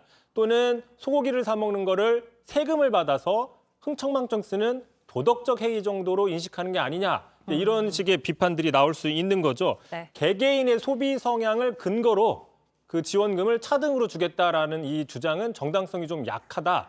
차라리 어떤 매출이 타격이 많냐 적냐. 그다음에 뭐 대출을 받았는데 적게 받았는지 많이 받았는지 뭐 이런 것들 어떤 수치를 통해서 차등 주입을 하겠다라고 하면 좀 이해가 될 수 있다는 지적이 나오고 있어요. 자, 논란이 또 하나가 있습니다. 바로 최대 600만 원.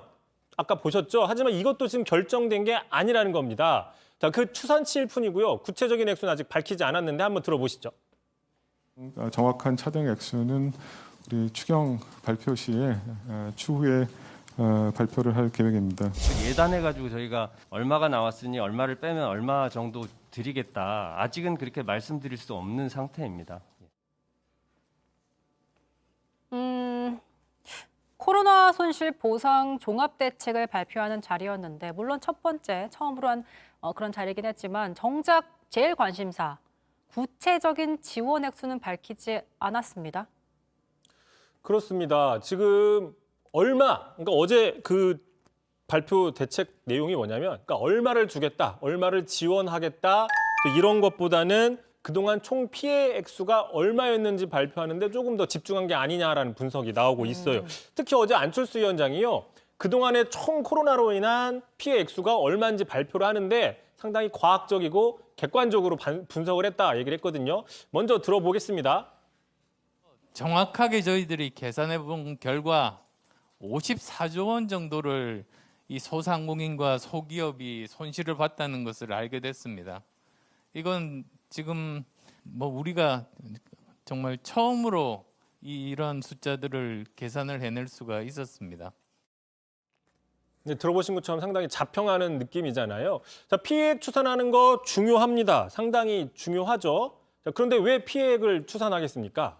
피해액을 추산해서 그걸 토대로 이제 보상액을 지급하려고 하기 때문이겠죠. 그렇죠. 그걸 토대로 이제 보상을 하려고 하는 측면이 있는 거죠. 그런데 이제 피해액만 정확하게 산출하고 보상액에 대해서는 두고 봐야 된다. 정확하게 모르겠다라고 얘기를 하니까 당장 당사자들 입장에서는 이게 뭐지라는 좀 당황스러운 모습이 보이는 거고요. 그러다 보니까 어제 발표도 상당히 주먹구구였다 이런 식의 비판이 나옵니다. 들어보겠습니다.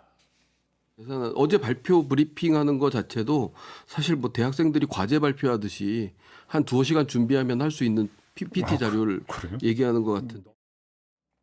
안철수 위원장은 정말 처음으로 과학적이다 이야기했는데 저 자영업자는 대학생 PPT 수준이다라고 깎아내리는 거죠. 대학생 PPT도 요즘에 굉장히 잘하긴 하기 때문에 저게 옳은 표현인지 모르겠습니다만 어쨌든 좀 박하게 평가를 하고 싶었던 모습입니다. 자, 피해액 산출 중요합니다. 중요한데 다만 그건 뭐 인수위가 아니라 기재부나 연구기관에서 해도 되지 않을까라는 생각도 들고요. 사실 지금 인수위에게 가장 궁금한 건 얼마나 또 어떻게 보상해 줄지가 사실은 궁금한 거잖아요. 그런 지적이 나오는 거고요. 자, 인수위라는 데는요. 대선 공약을 어떻게 정책으로 입안화할지 이거를 고민하는 게 더 목적인 곳이죠. 말씀하신 것처럼 자료조사가 목적인 곳이 아니다. 뭐 이런 지적들이 나오고 있고요. 당장 오늘 민주당에서는 공약을 파기했다라고 하면서 강력한 그 성토가 나왔습니다. 자, 박지원 위원장. 자, 인수위는 그동안 뭘 인수했느냐. 윤호중 비상대책위원장 역시 대국민 사기극이다. 또 박홍근 위원장도 원내대표도 국민이 호구냐. 실제로 이렇게 얘기를 했습니다. 국민이 호구냐. 자, 이렇게 얘기를 했는데 자, 이게 논란이 커지니까 안철수 위원장이 오늘 오후에 다시 한번 기자회견을 열었습니다. 이렇게 얘기를 했습니다. 자, 새 정부에 들어선 뒤에 국회에 추경 예산을 제출할 때 그때 구체적인 지원금 액수를 밝히겠다. 지금은 좀 이해해달라. 이렇게 얘기를 했습니다. 그러면서 공약 축소가 아니라고 했는데요. 이런 얘기죠. 자, 있는데 밝힐 수는 없다. 지금 그 얘기인 겁니다. 그러다 보니까 이제 일각에서는 지방선거를 앞두고 발표하려는 거 아니냐, 일종의 선거 전략과 연계가 되는 거 아니냐라는 지적도 나오고 있습니다. 그런 지적이 충분히 나올 만한 부분이기도 하네요. 준비는 다 됐는데 밝힐 수 없다면요. 아무튼 말 나온 김에 안철수 위원장 지금 국회의원 보궐선거 출마설도 나오고 있잖아요. 본인 선을 긋고 있지만. 그렇습니다. 이제 다음 주 말쯤 되면 이제 인수위 활동도 공식적으로 마무리가 되죠. 그럼 그 다음 이제 행보가 무엇이냐라고 이제 관심이 커지고 있는데 지금 말씀하신 것처럼 당 안팎에서는 김은혜 이제 경기지사 후보로 빠져나간 그 분당갑 얘기가 나오고 있습니다. 당장 오늘 오전에만 해도 이제 이런 얘기가 나왔어요. 분당갑 출마설에 굳이 부인하지 않은 안철수 위원장 오늘 오전에 대답을 안 했습니다. 자, 그런데 이제 이준석 대표는 분당갑 차출론에 대해서 꽃가마 안 태워준다. 누가 나오든 경선을 해야 된다. 이렇게 얘기를 했고요. 방금 전에 또 안철수 위원장이 또 기자들이 물어보니까 이렇게 얘기를 했습니다. 현재로서는 전혀 생각해 본 적이 없다. 현재로서는 전혀 생각해 본 적이 없다. 뭐 상당히 많은 의미들을 함의한 발언이죠. 자, 이렇게 볼 수 있는 거고요. 자, 말 나온 김에 혹시 강앵커는 안철수 위원장 분당갑 출마할 것 같습니까? 아닌 것 같습니까? 예. 어려운 질문이네요. 예. 모르죠. 예. 예. 맞추면 제가 다음 주에 어차피 이게 다음 주쯤 되면은 윤곽이 드러날 건데 맞추면 제가 소고기를 사드리려고 했었죠. 아, 그랬었어요. 끝나고 한번 제가 다시 한번 생각해보고 말씀을 드리겠습니다. 자, 민주당 안팎에선 이재명 전 후보 차출서도 나오지 않고 있습니까? 만약에 이재명, 안철수 그 후보가 맞붙게 된다면 지방선거, 단체장 선거보다 더 큰 관심을 또 받게 되겠어요? 경기도지사 이어서. 어쨌든 이제 인수위가 어떤 평가를 받느냐에 따라서 안철수 위원장의 또 향후 정치 행보 또 평가를 받을 수 있다라는 분석이 나오고 있습니다. 자, 다시 한번 키워드를 좀 볼게요. 자, 소고기 사 먹으니 차등 지급을 해야 된다. 자, 바꿔 얘기하면은 차등 지급을 하더라도 소고기 사 먹을 사람은 사 먹는다. 이렇게 볼 수 있는 겁니다. 지금 이제 안철수 위원장, 윤석열 당선인과 공동 사실상 한 배를 탔지 않습니까? 윤석열 당선인의 그 정책에 대해서 어떤 공약 후퇴 논란, 지금 안철수 위원장이 뭔가 전면에서 맞아야 되는 측면이 있다. 이렇게 분석을 해볼 수 있습니다. 알겠습니다. 자, 벌써 올해도 4월 3분의 1이 지나갔습니다. 마지막 금요일 시청자분들께서는 소고기 써는 그런 주말 보내시길 바라겠습니다. 이성대 뉴스 설계 여기까지 하죠. 수고하셨습니다. 고기 반찬, 고기 반찬, 고기 반찬이 나는 좋아. 고기 반찬, 고기 반찬, 고기 반찬이 나는 좋아. 아무리 노래가 좋아도 아무리 음악이 좋아도 라면만 먹고는 못 살아. 든든해야 노래라지. 네, 오늘 오전 정부가 다음 주 월요일부터 실외 마스크 의무 착용 지침을 해제하겠다고 발표했습니다. 우선 김부겸 국무총리의 발언부터 듣고 오시죠. 일부에서 우려가 있었습니다만은 혼자만 산책을 하거나 가족 나들이에서조차도 마스크를 벗을 수 없는 그런 국민들의 답답함과 불편함을 계속 외면할 수 없다고 판단했습니다. 프랑스, 뉴질랜드, 싱가포르 등은 오미크론 정점 직후 또는 1개월 전후에서 마스크 착용 의무를 해제하였습니다마는 특별한 문제 없이 감소 추세를 보이고 있습니다. 네, 실외 마스크 착용 해제. 과연 전문가는 어떻게 바라보고 있을까요? 이형민 사브란스 병원 진단검사의학과 교수 모시고 얘기 나눠보겠습니다. 안녕하세요. 네. 자, 마스크 이제 실외에서 쓰지 않아도 된다라는 발표가 나왔습니다. 우선 정부의 발표를 어떻게 보셨는지 듣고 싶어요. 일단 저도 이제 그 코로나19 방역에 지난 2년 동안 참여했던 사람으로서 이 발표를 보면서 이제 많은 감회도 들고 또 즐거운 생각도 들었지만 한편으로는 또 굉장히 또 걱정스러운 마음도 드는 게 사실이거든요. 네. 그래서 아마 이 발표 내용이 어떤 영향을 주는지에 대해서는 앞으로 좀 지켜봐야지 알 수 있을 것 같습니다. 발표 내용으로 인해서 국민들이 어떻게 또 적응해 나갈지 지켜봐야 된다. 사실 이제 정부 당국에서는 코로나 확진자 수가 이제 6주째 감소하면서 감소세를 보이고 있기 때문에 이런 발표를 했다라고 나오고 있습니다. 오늘 0시 기준 신규 확진자가 5만 명대이기 때문에 안정적이다라고 평가를 했는데 교수님도 여기에 대해서는 동의를 좀 하십니까? 예, 맞습니다. 코로나19 전체 확진자 숫자는 분명히 지속적으로 감소하고 있고 안정적으로 보이는 것은 맞습니다. 그래서 말씀 조금 전에 주셨던 것처럼 4월 1일 기준으로 28만 명 정도를 기록했던 코로나19 확진자가 지속적으로 감소해서 이제 29일에는 5만 명까지도 감소를 했고요.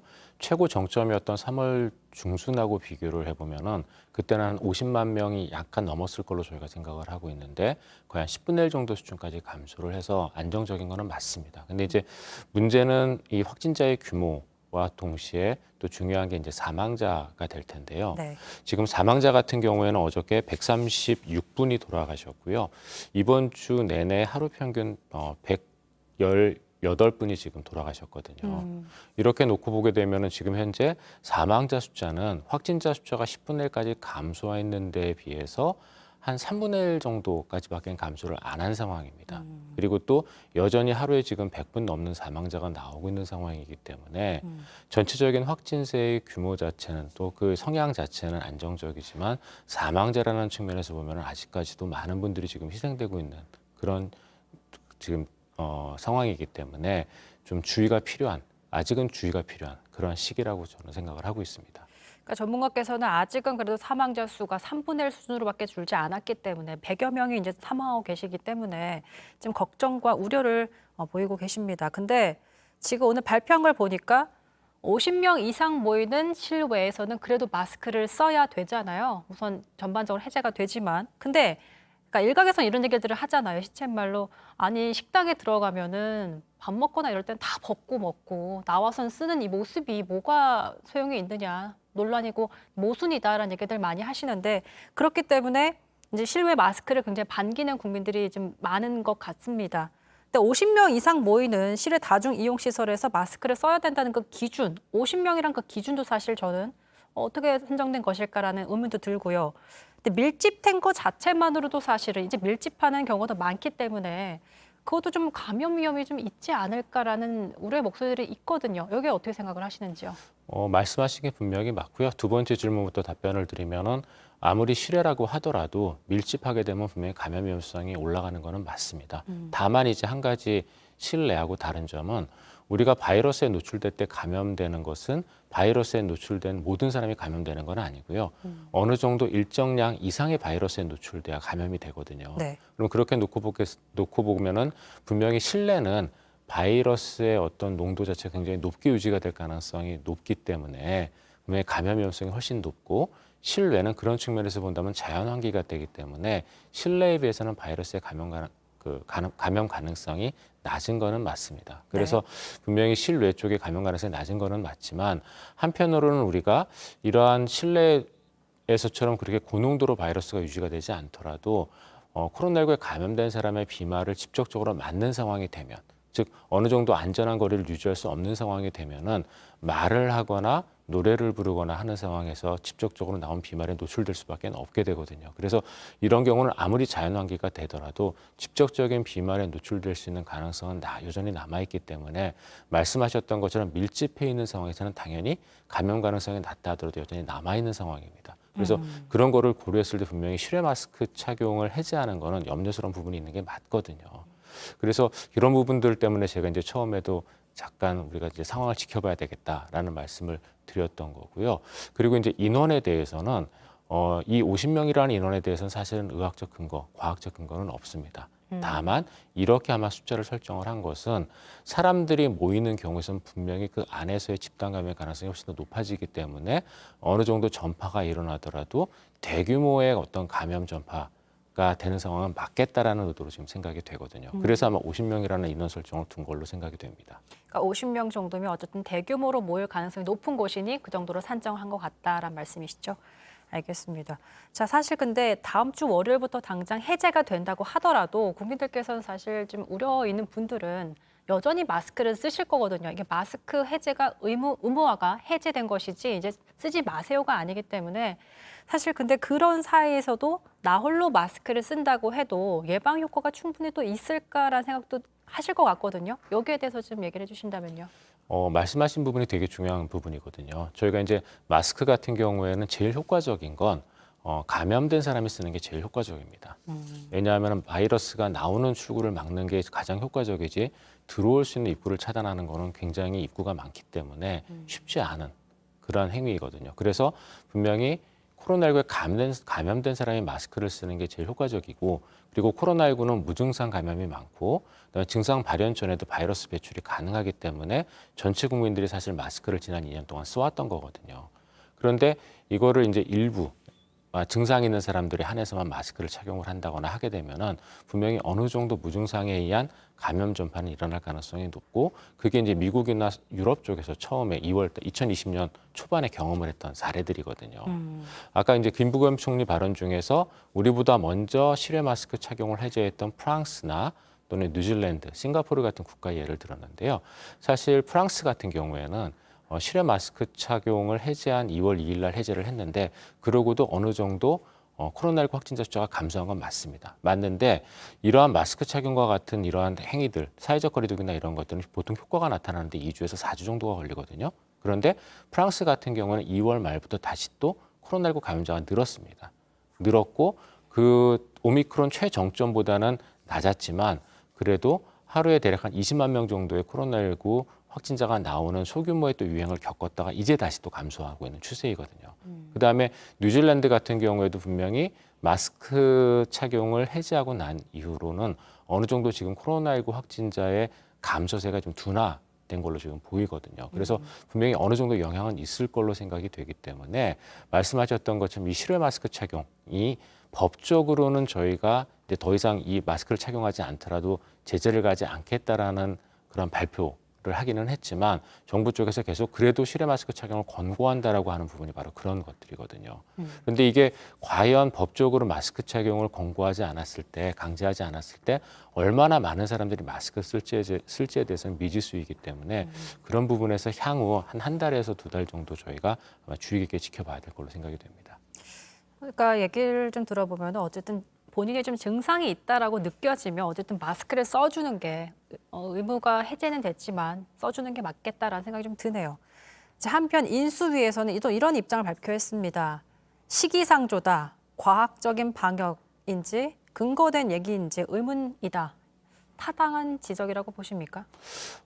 저도 그래서 조금 빠르지 않냐라는 생각에는 동의를 하거든요. 그게 이제 동의를 한 이유들이 말씀드렸던 것처럼 분명히 실외는 자연환기라는 측면에서 대규모 감염이 일어날 가능성은 낮지만 직접적인 비말 전파에 의한 감염 위험성은 남아있기 때문에 분명히 어느 정도 감염이 될 가능성은 있습니다. 이런 상황이고 그다음에 김부겸 총리가 발표하면서 예를 들었던 프랑스라든가 뉴질랜드 같은 경우에도 분명히 마스크 착용 한 달 뒤, 물론 이게 마스크 때문만은 아니고 다른 여러 가지 요인들이 있을 가능성도 있지만 어쨌건 다시 또 중간 규모의 유행을 겪었고 또는 코로나19 확진자세의 감소가 좀 둔화되는 그러한 양상들이 나타나고 있는 국가들도 있기 때문에 분명히 어느 정도 그러한 시기를 지나서 즉 우리나라도 다시 또 중간 정도의 규모가 나올 유행이 나올 그런 시기를 지나서 착용 해제를 해도 저는 충분하다고 생각을 하거든요. 그래서 그런 측면에서 봤었을 때는 저도 한 달 정도의 어떤 그 유행 상황을 보고 나서 그 다음에 결정을 해도 저는 늦지 않다라고 생각을 합니다. 한 달 정도의 유행을 지켜본 다음이면 어느 정도 시기가 조금 더 5월 말 정도로 좀 얘기를 하시는 건가요? 네, 저도 5월 말 정도가 좋다고 생각을 하는데요. 그 이유가 프랑스도 그렇고 영국도 그렇고 일부 국가들에서 오미크론 대유행이 지나고 나서 확진자 숫자가 10분의 1까지 감소한 뒤에 다시 또 유행을 한 번 정도는 더 겪었거든요. 네. 그게 한 달 정도의 시차를 두고 발생을 했었기 때문에 그런 것들을 고려했을 때 우리나라가 아마 다음 주 되면 5만 명 아래로 떨어질 걸로 생각이 되고 우리나라도 아마 정점의 10분의 1 정도 수준까지 떨어질 걸로 생각이 되거든요. 그러면은 그로부터 한 달 정도 뒤가 되는 아마 6월 초 정도의 유행이 다시 또 발생할 가능성이 있습니다. 그래서 그런 것까지 보고서 저희가 마스크 착용에 대한 부분을 논의를 해도 되기 때문에 저는 5월 말 6월 초 정도가 아마 마스크 착용 해제에 대한 것들을 논의하기에 적절한 시점이다라고 생각을 합니다. 그래서 앞서 이제 안철수 위원장이 5월 하순의 상황을 보고 결정하겠다. 그러니까 정부 발표와는 결이 다른 얘기를 했는데 선생님께서도 어쨌든 그 의견에 조금 더 힘을 실어주는 그런 모습 얘기를 해주셨습니다. 자, 전문가들 근데 사이에서도 선생님께서도 전문가이시긴 하지만 자율에 맡기자와 해제는 아직 이르다 이렇게 의견이 엇갈리고 있는데 마스크 착용 여부도 이제 국민 자율에 맡겨야 된다 이런 주장에 대해서는 어떻게 보세요? 그런데 이 마스크 착용을 자율에 맡긴다라는 게 그렇게 하기 위해서는 저희가 이 코로나19라고 부르는 질환 어디까지 관리해야 되는지를 먼저 결정을 해야지 결정할 수 있는 문제라고 생각을 하거든요. 많은 국민들이 코로나19로부터 우리의 일상회복, 단계적 일상회복을 들어갈 때 그러면 어느 정도 수준으로 코로나19 피해가 적어지면 우리가 일상회복을 할 수 있겠냐라는 그 질문을 던진 적이 있었는데 그때 많은 국민들이 독감 정도 수준을 얘기를 했었습니다. 네. 그런데 독감 정도 수준이면은 보통 1년에 우리가 독감으로 사망하시는 분의 숫자가 대략 한 2,000명 전후반 정도가 되거든요. 그런데 지금 코로나19는 처음에 말씀드렸던 것처럼 아직까지도 하루에 100분이 넘는 사망자가 나오고 있거든요. 한 달만 하더라도 독감으로 인해서 사망하시는 분들, 1년간 사망하시는 분들보다 훨씬 많은 분들이 지금 돌아가시고 있는 상황이기 때문에 우리가 독감 정도로 취급하기는 어렵다고 생각을 하고 아직은 관리해야 되는 질환이다라고 생각을 하거든요.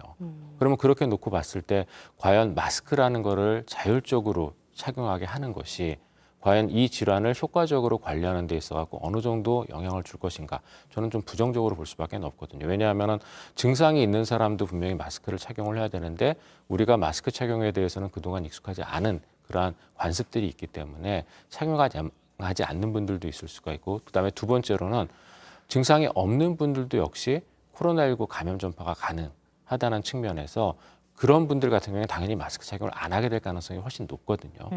그러면은 그런 분들에 의한 감염 전파가 일어나게 될 거고 그게 2020년 초반에 유럽과 미국에서 있었던 모습들이기 때문에 그런 모습이 재현될 가능성도 없지는 않습니다. 그래서 말씀하셨던 이 자율적인 마스크 착용에 대한 부분은 우리가 코로나19라고 부르는 이 질환을 어느 정도 수준에서 관리할 것인지에 대한 것들이 결정이 되고 나면은 그러면 따라 해결될 문제라고 생각을 합니다. 어쨌든 전문가이시기 때문에 굉장히 보수적으로 사망자 수치를 근거로 말씀해 주신 걸로 저희가 이해하면 될 것 같습니다. 알겠습니다. 지금까지 이형민 교수였습니다. 고맙습니다. 네, 오늘 썰전 라이브 여기까지입니다. 계속해서 정치부 회의가 이어지고요. 저는 다음 주 월요일에 다시 찾아뵙겠습니다. 시청해주신 여러분 고맙습니다.